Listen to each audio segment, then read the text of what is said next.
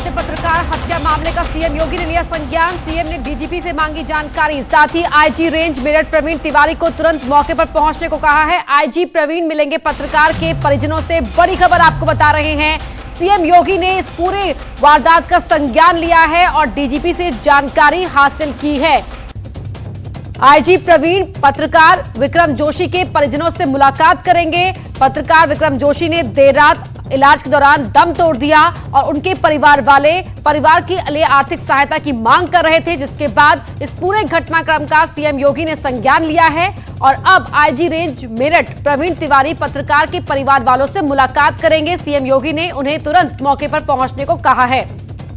इस वक्त की बड़ी खबर आपको बता रहे हैं। पत्रकार विक्रम जोशी की बदमाशों ने सड़क के बीचों बीच गोली उन्हें मार दी थी और जिसके बाद उन्होंने इलाज के दौरान दम तोड़ दिया। इस पूरी वारदात का सीएम योगी ने संज्ञान लिया है और डीजीपी से जानकारी हासिल की है। इसके अलावा आईजी रेंज मेरठ प्रवीण तिवारी को फौरन ही मौके पर पहुंचने के लिए कहा है।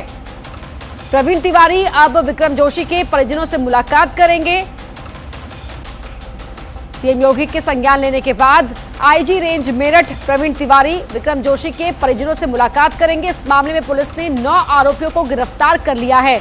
पत्रकार विक्रम जोशी की भांजी के साथ छेड़खानी होती थी, जिसकी शिकायत उन्होंने पुलिस में की और शिकायत के 2 दिन के अंदर कोई कार्रवाई नहीं हुई। बड़ी खबर आपको बता रहे हैं, पत्रकार जोशी के परिवार को 10 लाख का मुआवजा दिया जाएगा और साथ ही पत्रकार की पत्नी को नौकरी का भरोसा भी दिया गया है।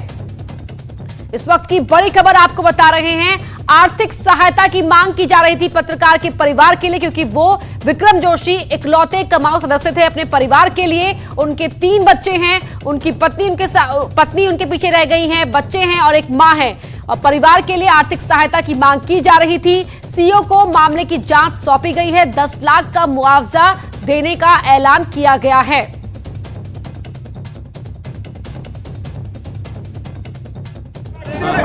और जो भी इस घटना के लिए जहां भी लापरवाही हुई है वहां सख्त कार्रवाई करने के निर्देश दिए गए हैं।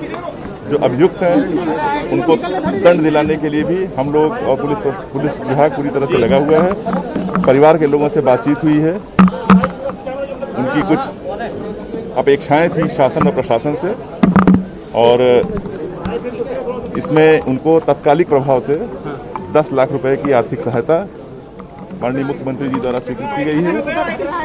उनकी मांग थी कि उनकी जो पत्नी है मृतक की, उनको कहीं नौकरी की व्यवस्था कराई जाए, तो हमने उनको ये आश्वासन दिया है और हम व्यवस्था करा रहे हैं कि उनकी योग्यता के अनुसार जो भी उचित नौकरी होगी उसका प्रबंध कराया जाएगा, उनके पेपर्स वगैरह दे करके।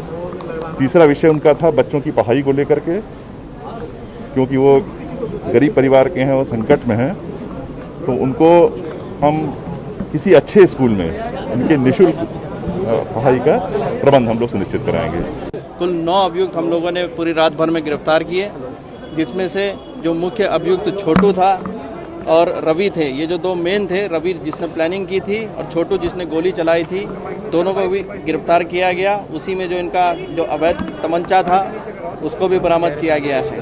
तो गिरफ्तारी की कार्रवाइयों में इन सब के बयान से जो शेष यदि किसी का नाम और प्रकाश में आता है तो उसको भी गिरफ्तार किया जाएगा। और वहीं परिवार से मेरी अभी बात हुई है, परिवार ने ये पहले भी बात हुई थी जब जिस समय ये घटना हुई थी, उस समय जब जानलेवा हमला हुआ था उसके बाद, तो परिवार ने ये एलिगेशन लगाया था कि शिकायत जो है वहाँ पर चौकी पर की गई थी। जो अभियुक्त पकड़ा गया है उसने भी अपने हिसाब से जो कहना था, जो चोटिल था, अस्पताल में था, उसने अपने चोटिल होने का कारण भी ये बताया कि उसके ऊपर हमला हुआ था। ये चीज़ें चौकी इंचार्ज को प्रोफेशनल एटीट्यूड से उसको वहाँ पर जो भी था उसको अटेंड करना था, उसको जो दर्ज करा करके विवेचना करवानी चाहिए थी। जो प्रोफेशनल एटीट्यूड में जो लापरवाही उसके द्वारा वहाँ पर बढ़ती गई है, उस लापरवाही के लिए उसको वहाँ पर तत्काल रूप से निलंबित किया गया। वहीं सीओ सिटी प्रथम को जांच दी गई है कि यदि किसी अन्य की भी उसमें लापरवाही यदि प्रकाश में आती है तो उसके अनुसार रिपोर्ट आख्या प्रेषित करें, ताकि आगे भी कोई कार्रवाई बनती हो किसी पे तो